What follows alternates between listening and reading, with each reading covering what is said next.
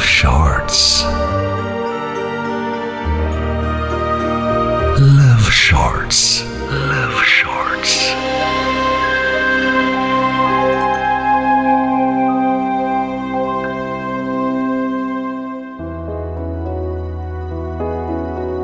আজকের লাভ শর্টসে সৌমিকের লেখা গল্প ফিরে পাওয়া। গল্পের নারেশনে রাজীব, অভিনয়ে অমরজিৎ, অপরূপা, অর্পণ, উজ্জ্বল ও সুদীপ্ত। শুরু হচ্ছে লাভ শর্টস ফিরে পাওয়া।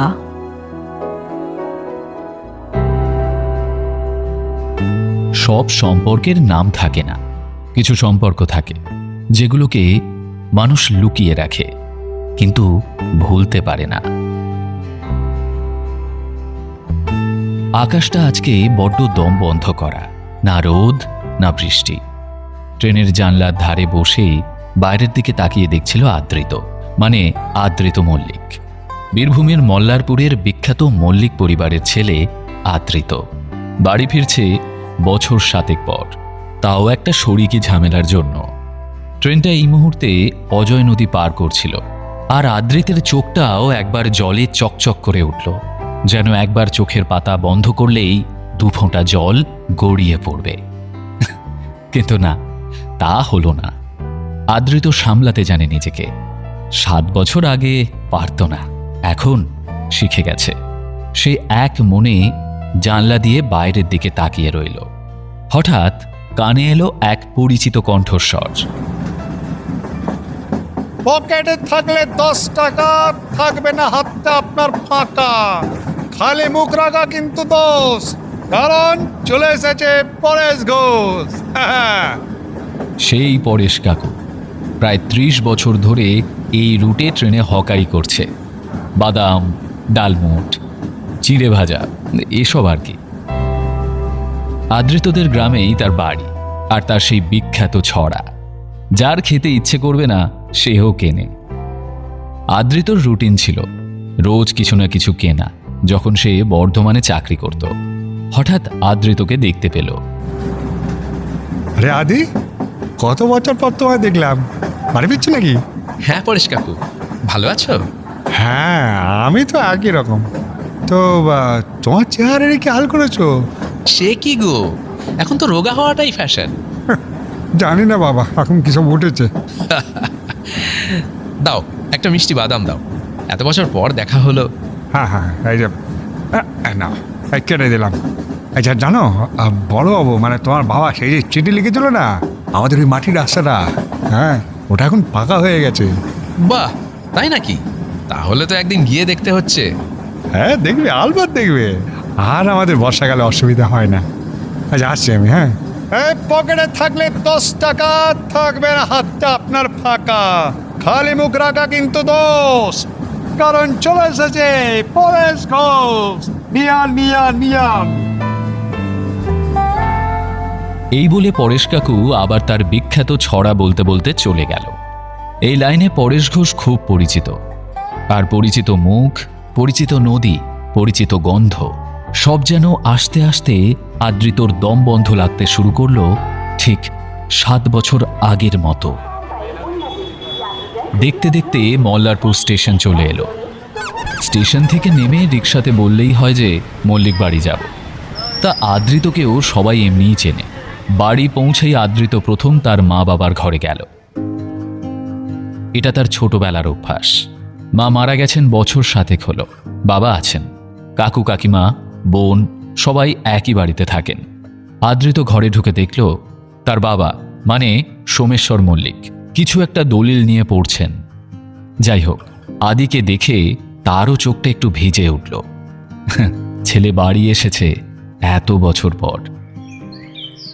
বললেন, আদি, এসেছিস বাবা? হ্যাঁ, তোমার চেহারাটা এত খারাপ হয়ে গেছে কেন? ঠিকমতো খাওয়া দাওয়া করছো না নাকি? আরে বয়স তো কম হলো না, তোর মা আমাকে রেখে চলে গেল। কবে যে তোর মায়ের কাছে যাব। বাবা, আমি 10 মিনিট হলো বাড়ি এসেছি, আমি কিন্তু এক্ষুনি চলে যাব, আর একটাও যদি বাজে কথা বলো। আচ্ছা বাবা, আচ্ছা, তোকে কোথাও যেতে হবে না। আমি আর বলছি না কিচ্ছু। বাবার সাথে কথা বলে আদি এবার নিজের ঘরে ঢুকল।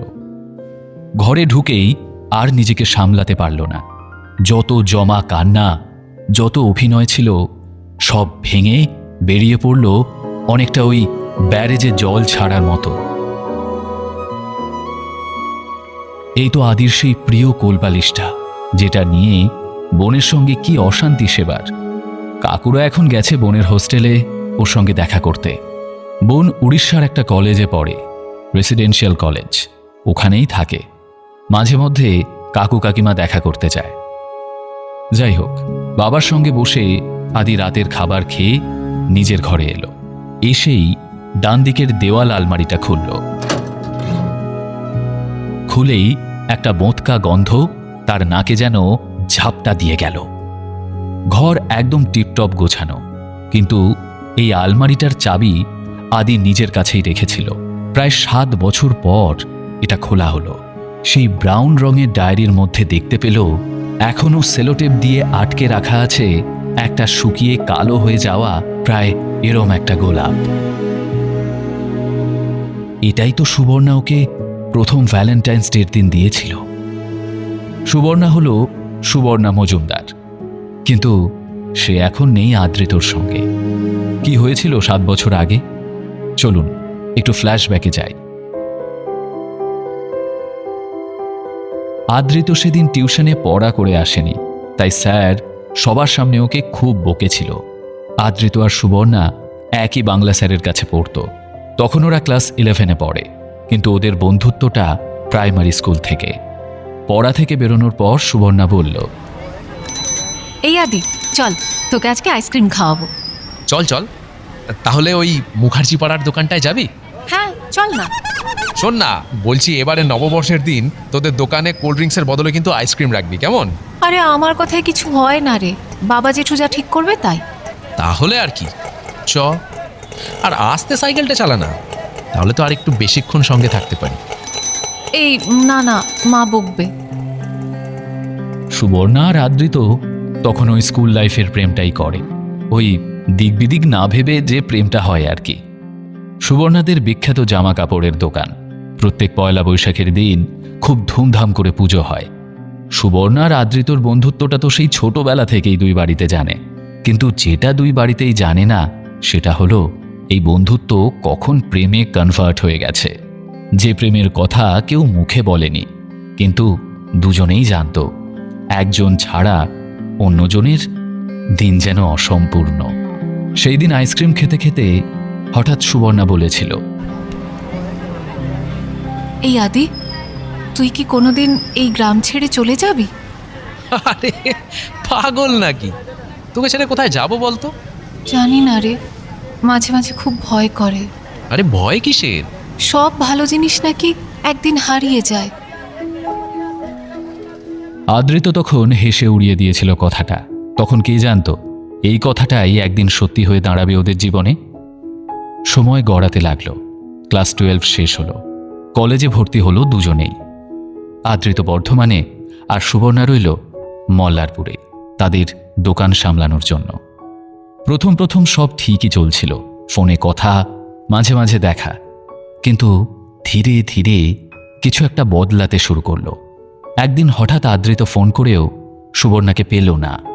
1 দিন, 2 দিন, 3 দিন, শেষমেশ এক সন্ধ্যায় ফোনটা ধরল সুবর্ণা। আরে কি রে, ফোন ধরছিলি না কেন?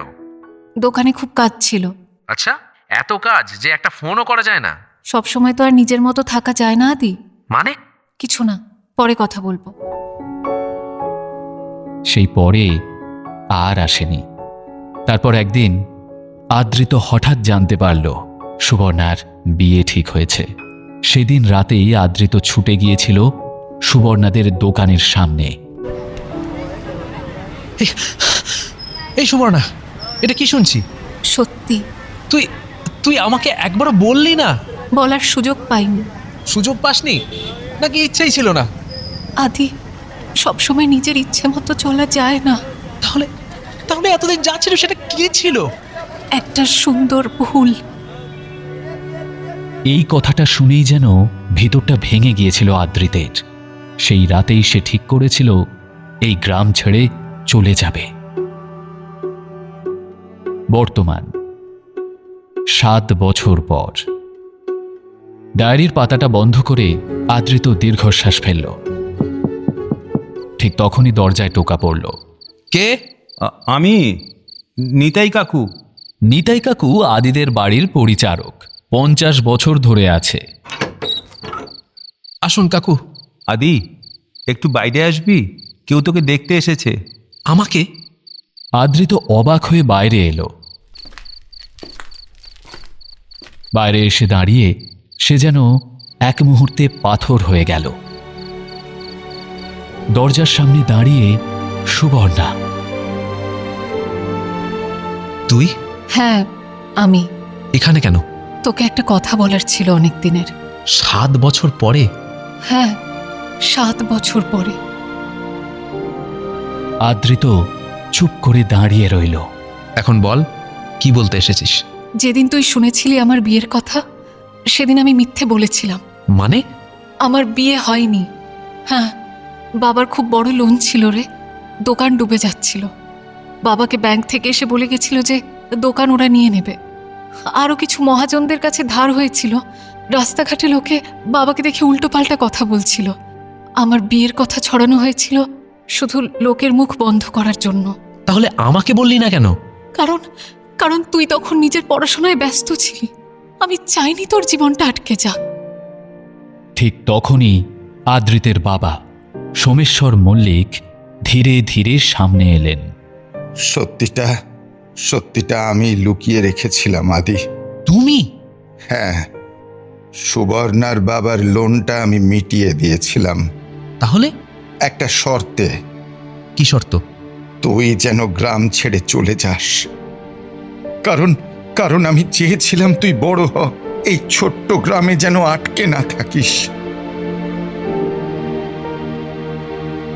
আদ্রিত স্তব্ধ হয়ে গেল। মানে এই 7 বছর আমরা আলাদা ছিলাম শুধুমাত্র তোমার সিদ্ধান্তের জন্য? আমি ভেবেছিলাম তোর ভালোর জন্যে করছি। সব সম্পর্কের নাম থাকে না, কিছু সম্পর্ক থাকে যেগুলো মানুষ লুকিয়ে রাখে কিন্তু ভুলতে পারে না। 7 বছর আগে যে প্রেমটা থেমে গিয়েছিল আজ আবার দাঁড়িয়ে আছে ঠিক সেই জায়গায়। আদি, এত বছর পরে আমরা কি আবার শুরু করতে পারি না? শুরু তো কখনো শেষই হয়নি। শুধু বলতে পারিস মাঝখানে একটা লম্বা বিরতি ছিল। কিছু প্রেম সময় থামিয়ে রাখে, আর যখন সময় আবার ফিরে আসে তখন সেই প্রেম নতুন করে বাঁচতে শেখায়।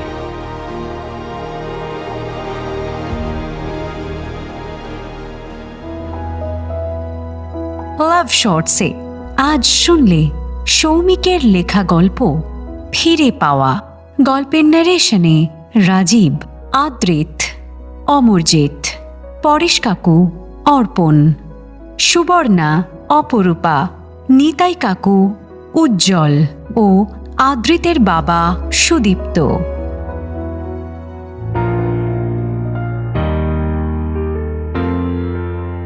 Love Shorts.